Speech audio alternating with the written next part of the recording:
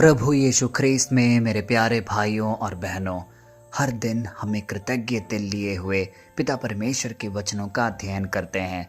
लेकिन हम में से कितने लोग तैयार हैं कि परमेश्वर के साक्ष्य हम दूसरों के सामने रख सके। जब हालात, मौका हमें ऐसा मिलता है कि हम परमेश्वर के वचनों को दूसरों तक पहुंचा सके, तो हम में से कितने लोग तैयार हैं, कितने लोग तत्पर हैं। क्योंकि आज के समाज में हम देखेंगे कि आसपास के लोगों के बीच यदि हमें मसीह के सुसमाचार को साझा करने का कोई मौका मिले तो हमें शर्म आती है, हम डर महसूस करते हैं कि लोग क्या कहेंगे। आज अपनी आत्मा को तैयार कर लीजिए, क्योंकि आज का वचन जो हम अध्ययन करेंगे वो हमें अंदर से मजबूत बनाएगा, हमें एक ऐसी अलौकिक ताकत प्रदान करेगा जिससे हम मुखर होकर परमेश्वर के सुसमाचार को कई लोगों तक बांट पाएंगे। आज का वचन जो हम अध्ययन कर रहे हैं वह लिया गया है मत्ती के सुसमाचार से, अध्याय 10 पद संख्या 32, और वह इस प्रकार है। जो कोई मनुष्यों के सामने मुझे मान लेगा, उसे मैं भी अपने स्वर्गीय पिता के सामने मान लूंगा।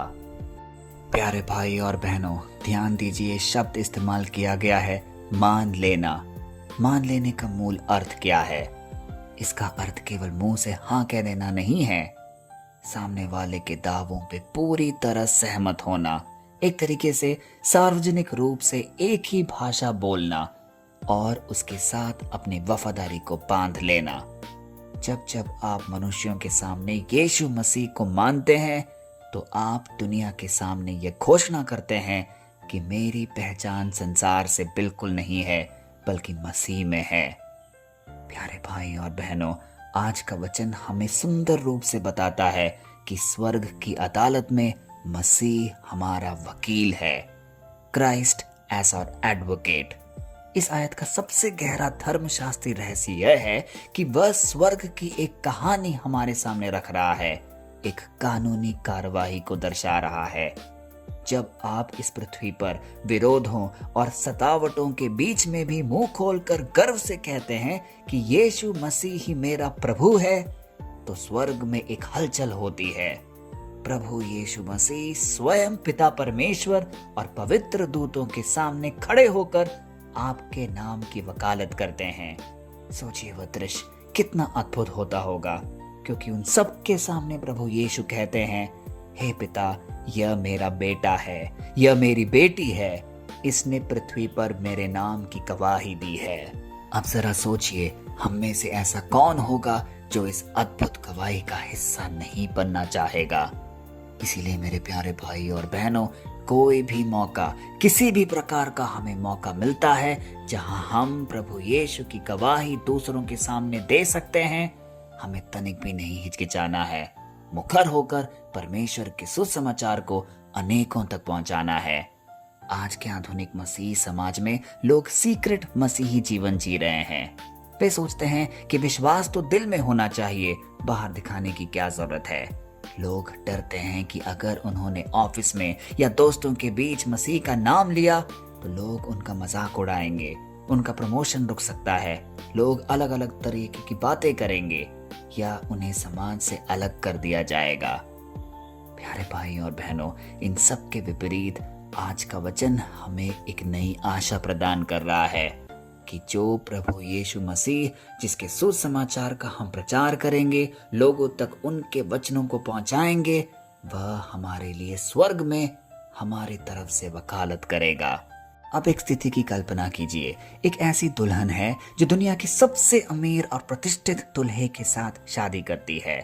शान और शौकत से शादी होती है। शादी के बाद दूल्हा उसे एक आलीशान महल में रखता है, हर सुख सुविधा प्रदान करता है।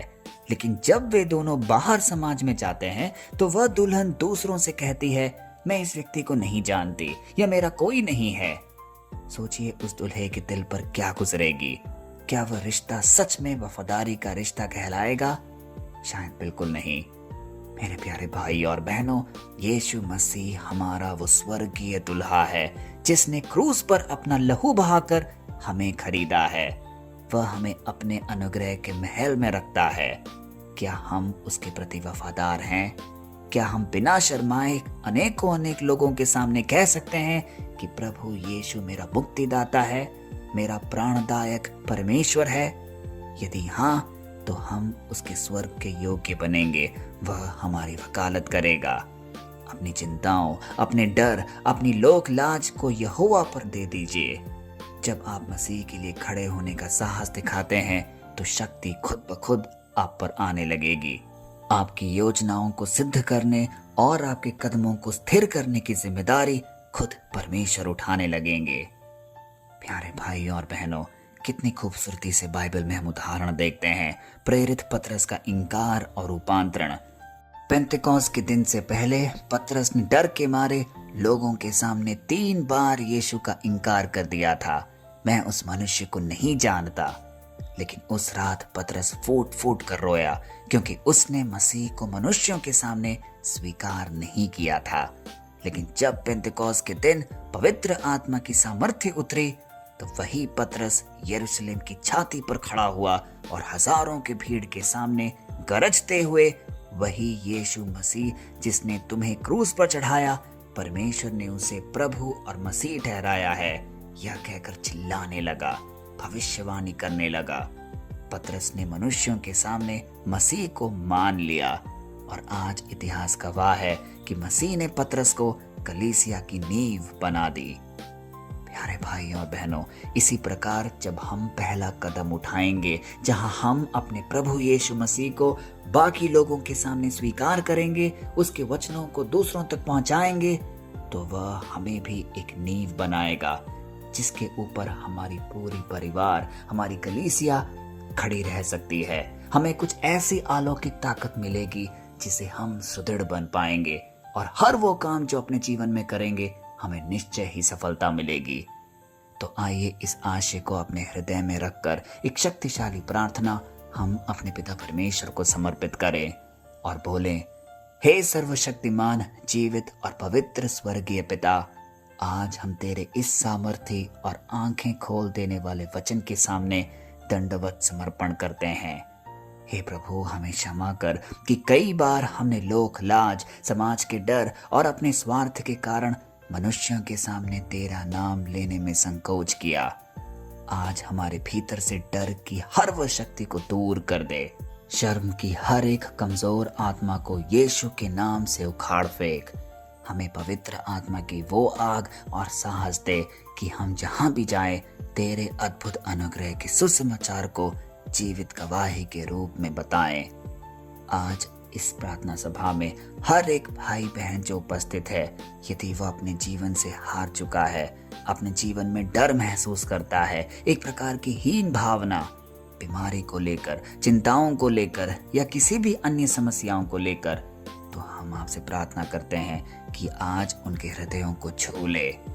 हे प्यारे पिता, हम सब तेरे अनुयायी बनना चाहते हैं। हम सब तेरे वचनों को दूसरों तक पहुंचाना चाहते हैं। कहीं भी रुकावटें हैं, कहीं भी हम सहमे हुए हैं, वह सारे क्षणों में तू पूर्ण रूप से अधिकार जमा और हमें स्वतंत्र कर, हमें शक्तिशाली बना। यीशु के जीवित और सामर्थी नाम पे ये सारे निवेदन हम रखते हैं, आमीन। प्यारे भाइयों और बहनों, आज के वचन का उद्देश्य स्पष्ट है। लोग हमें डरा सकते हैं, हो सकता है कि हम सहम भी जाए, लेकिन याद रखिए, जिस परमेश्वर ने आपकी सृष्टि की है, जो आपके साथ हर एक कदम पर खड़ा है, वह आपको मजबूती प्रदान करेगा। वह आपको निडर रहकर आपके हर एक काम को सफलता तक पहुंचाएगा। लेकिन आपको पहला कदम तो जरूर उठाना है। आज के बाद शैतान के इस झूठ में मत आना कि अगर तुम यीशु मसीह का नाम लोगों तक पहुंचाओगे तो तुम अकेले रह जाओगे, दुत्कारे जाओगे। परंतु याद रखिए, जब आप इस पृथ्वी पर मनुष्यों के सामने यीशु मसीह के पक्ष में खड़े होते हैं, तो पूरा स्वर्ग आपके पक्ष में खड़ा हो जाता है। अपने दफ्तरों में, अपने परिवारों में, दोस्तों के बीच, अपने समाज में मसीह के प्रेम को लोगों तक पहुंचाइए। उसके सामर्थ्य और उसके वचन की गवाही दीजिए। जब आप अपना मुंह खोलकर यीशु मसीह को अपना प्रभु घोषित करेंगे, तो यीशु मसीह, जो कि आपका स्वर्गीय महायाजक है, पिता के सिंहासन के सामने खड़े होकर आपके सुनहरे भविष्य, आपके करियर, और आपकी पीढ़ियों तक स्वर्ग की आशीषों की मोहर लगा देगा। उठिए, चमकिए और मसीह के उस निर्भय और बहुतायत के जीवन में प्रवेश कीजिए जो यीशु मसीह के द्वारा हम सबके लिए तैयार किया गया है। परमेश्वर का अटूट अनुग्रह, उसका दिव्य साहस और पवित्र आत्मा का अभिषेक आपके जीवनों में सदा बनी रहे, यही हमारी कामना है। जय मसीह की। कल फिर हम मिलते हैं, तब तक के लिए पिता परमेश्वर की असीम दया, कृपा और क्षमा में आपको, आपके परिवारजन को, आपके हर एक निवेदन को हम प्रस्तुत करते हैं, पिता, पुत्र और पवित्र आत्मा के नाम पर। आमीन।